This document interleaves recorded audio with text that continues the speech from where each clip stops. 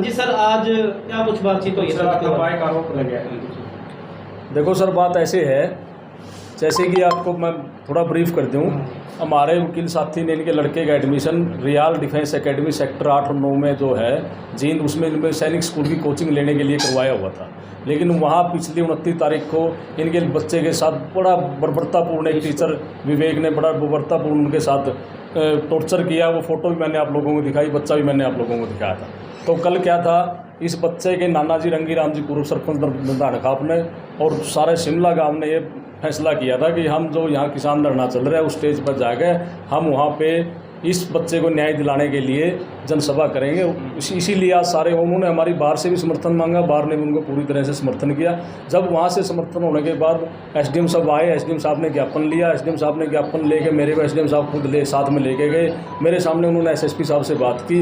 SP साहब से बात करने के बाद एसपी साहब ने हमें कहा कि ठीक है, हम उनको अरेस्ट करेंगे। इतनी बात होने के बाद वहाँ से हम अब उठ के अब जब अपने चैम्बरों में आए, तो जब चैम्बर नंबर 2 के पास हमारे वकील साथी हर्षमौर जी और दूसरे साथी वहाँ थे, तो डॉक्टर जो अशोक कुमार है, इसका संचालक है, वो भी साथ में आया हुआ था। उसके साथ 10-20 जो आदमी थे, ठीक है ना बात, वो आए और आते ही हमारे वकील साथी के ऊपर नाजायज़ प्रेशर वो बनाने लग गए। उन्होंने कहा, उनमें से कुछ एक साथी ने कहा आपके लड़के को कोई चोट नहीं लगी है, ये चोट आपने मैनिपुलेट की है। आप ये बताइए क्या एक 9 साल के बच्चे को अपने माँ बाप इतना मारेंगे? तो उन्होंने नाजायज़ प्रेशर बनाया। हमारे वकील साथी को गाली गलौज देने लग गए। इतनी देर में सभी बार के मेम्बरान वहाँ पे इकट्ठे हुए। मैंने एसएचओ सिटी को फ़ोन किया, एसएचओ साहब मौके पर आए और एसएचओ साहब उनको लेके गए। उसके बाद हमने अपने वकील साथी की तरफ से हमारे ने एप्लीकेशन दी और एसएचओ साहब ने मौके पर 5-7 आदमियों को वहाँ पर पकड़ा है। जो मीटिंग हुई, मीटिंग में क्या फैसला हुआ? अभी जो हमने उसके बाद बार की मीटिंग की, सबसे पहले तो हमारा मुद्दा, हमारा जो मामला है वो हमारे साथी हर्षमौर का और उसके परिवार की सुरक्षा का मसला है।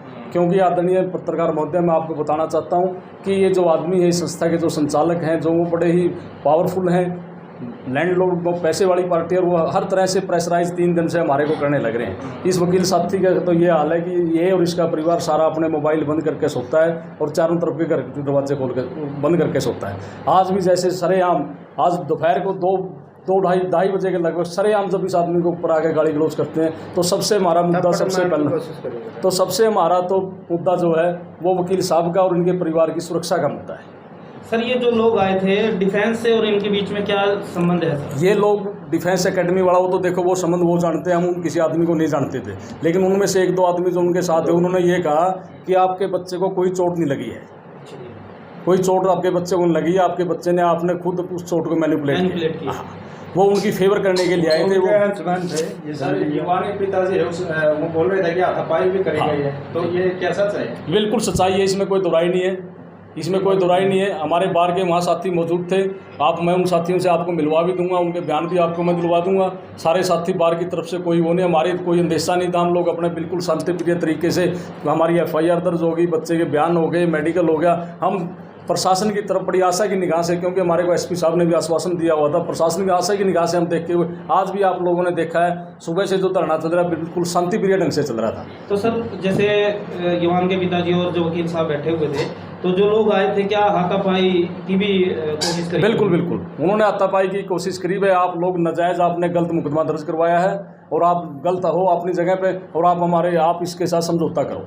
इस बात को समझौता के ऊपर अड़े हुए थे बात। तो सर, जिस तरह से चैम्बर में आकर उन्होंने इस तरह की हरकत की है, तो क्या उनके पास कोई बड़ी पावर हो सकती है पीछे? बिल्कुल, उनके पीछे बड़ी पावर है। मैं यही बात आपको कहने लग रहा हूँ, उनके पीछे कोई पॉलिटिकल पावर भी है, प्रशासनिक पावर भी है उनके पास। जब वो आदमी यहाँ वकीलों के चैम्बर में आकर भी इतनी बड़ी, आम आदमी किसी की हिम्मत नहीं है वहाँ, अगर उनने कोई बात करनी थी, हर बात का एक डेकोरम होता है, वो यहाँ आते, हमारे किसी भी सीनियर साथी से बात करते या बतौर बार का प्रेसिडेंट मेरे से बातें करते, मैं यहाँ बैठाता, उनको आदरमान के साथ उनके साथ हम लोग बात करते। ऐसी बात नहीं होती, हम उनसे बात करते, जो भी कंक्लूजन होता। लेकिन ये बात नहीं है एक आदमी को प्रेशराइज करना, भाई आपने गलत किया। आप ये लोग ये देखो, आप लोगों ने भी उस बच्चे को देखा होगा, उस बच्चे की टांगों को इतना टॉर्चर तो किसी भी टेररिस्ट को भी, मैं ये कहूँगा किसी भी टेररिस्ट को कोई भी इन्वेस्टिगेशन एजेंसी इतना टॉर्चर नहीं करती जितना उस बच्चे को टॉर्चर किया गया। तो सर, आप क्या मानते हो, अगर समझौते के लिए आए थे तो क्या वहाँ पर सभी खापे और सभी पंचायतें बैठी हुई थी? नहीं, बीच में क्यों नहीं? वो आदमी समझौते के लिए नहीं आए थे, वो आदमी प्रेशर करने के लिए आए थे। वो अपना दम दिखाना चाहते हैं, भाई वी आर दी सुपीरियर,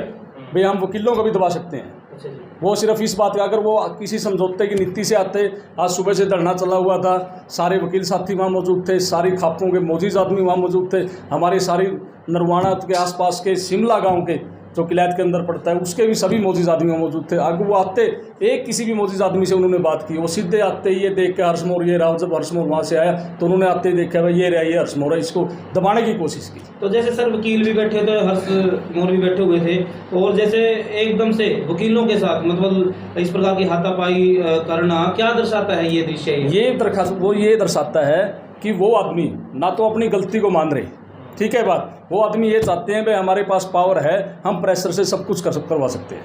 तो यही है कि जो भी एक्शन है ना प्रशासन जल्दी जल्दी ले, जो भी कल्प्रिट है इसमें, और जो भी जैसा भी हो इसकी हर्षमोर को सिक्योरिटी भी दी जाए, तो ऐसा कोई आगे कोई ऐसी बात ना हो जाए। आज क्योंकि यहाँ चैम्बर्स थे और भी वकील थे यहाँ, तो मैं समझता हूँ कि भाई इस मामले में कोई ढिलाई जो है ना बरतने के मूड में नहीं। सर जो डिफेंस, जो रॉयल डिफेंस जो एकेडमी है, क्या उसकी जांच हो पाई अभी तक? कल CWC कमेटी में मैंने बच्चे के बयान दिलाए, वहाँ पर जो स्टेट कमीशन है उनके मेंबर भी बाई चांस नरेश जागलान जी वहाँ पर मौजूद थे। हमने उनको भी बर्दाश्त की कि वहाँ ये नहीं है, मैं पत्रकार साथियों आपको एक बात बता दूं, वहाँ पे कम से कम 70-80 बच्चों की स्ट्रेंथ है जो 9 और 10 साल के हैं, और वहाँ ये नहीं, वहाँ लड़कियाँ भी मौजूद हैं, वहाँ हमारी छोटी छोटी बच्चियाँ भी मौजूद हैं जो 10-12 साल की, जैसे उस बेटा ने बताया जिसका वहाँ पे एडमिशन था कि वो बच्चियाँ भी वहाँ पे मौजूद हैं। आज तक प्रशासन की तरफ से सोमवार को हम एप्लीकेशन दे के आए थे, हम CWC के चेयरमैन को भी दे के आए थे कि वहाँ पर कुछ भी हो सकता है, आप लोग उनकी जांच करवाई जाए, जो बच्चे वहाँ पे मौजूद हैं उन बच्चों की काउंसलिंग करवाई जाए। लेकिन हमारे को आज तक कोई ये खबर नहीं मिली कि वहाँ कोई जाकर कोई प्रशासन का किसी आदमी ने वहाँ जाकर, व्यक्ति ने वहाँ जाकर कोई छानबीन की है या किसी भी बच्चे की कोई काउंसलिंग करवाने की उन्होंने कोशिश की। सर आगे की रणनीति क्या रहेगी? आगे की रणनीति ये है, देखो सबसे पहले तो मैं प्रशासन से अपील करूंगा कि हमारे साथी को सिक्योरिटी प्रोवाइड की जाए, इनको और इनके परिवार को, क्योंकि देखो जो आदमी यहाँ कोर्ट में आकर इतनी वारदात कर सकते हैं वो इस वकील साथी के घर पर जाकर इसके और उसके परिवार को, रिश्तेदारों को भी चोट पहुँचा सकते हैं। ठीक है, आगे की रणनीति हमारी ये है, अभी हमारी बार की मीटिंग हुई है, हमने हमारे अफसर को विश्वास में लिया है, ठीक है, उन्होंने आश्वासन हमारे को दिया है वह पूरी तरह से कार्रवाई होगी।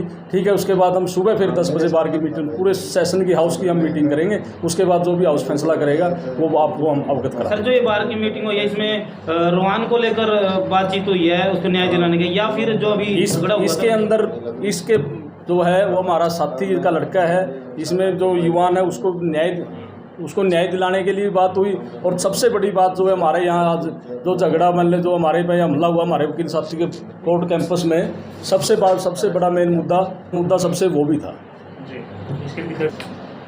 हाँ जी, आज आपके साथ कोई क्या घटना घटी है सर?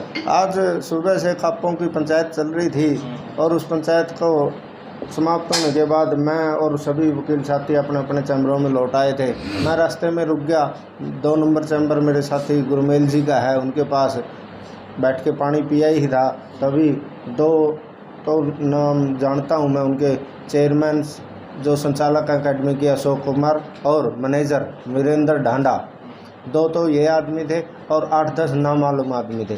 उनमें से कईयों ने कहा आपके बेटे को कोई चोट नहीं लग रही, आपने उसके ड्रामा बना रखा, सर हमें बदनाम कर रहे हो झूठा। मैंने कहा भाई और उसकी जान लोगे और इसके बाद क्या करोगे? और उसके तुरंत बाद उसके मैनेजर वीरेंद्र ढांडा ने मेरा गल पकड़ा और मेरे थप्पड़ मारे यहाँ, और मेरे को गुरमेल वकील जी ने छुड़वाया बड़ी मुश्किल से, तभी सारी बार के सदस्य इकट्ठे हुए। और जो अकेडमी संचालक है अशोक कुमार, उसने मेरे को जान से मारने की धमकी दी और ये जाते जाते ये कह गया ये पिस्तौल ले रहा हूँ, ये तेरे गोली मारूंगा मैं।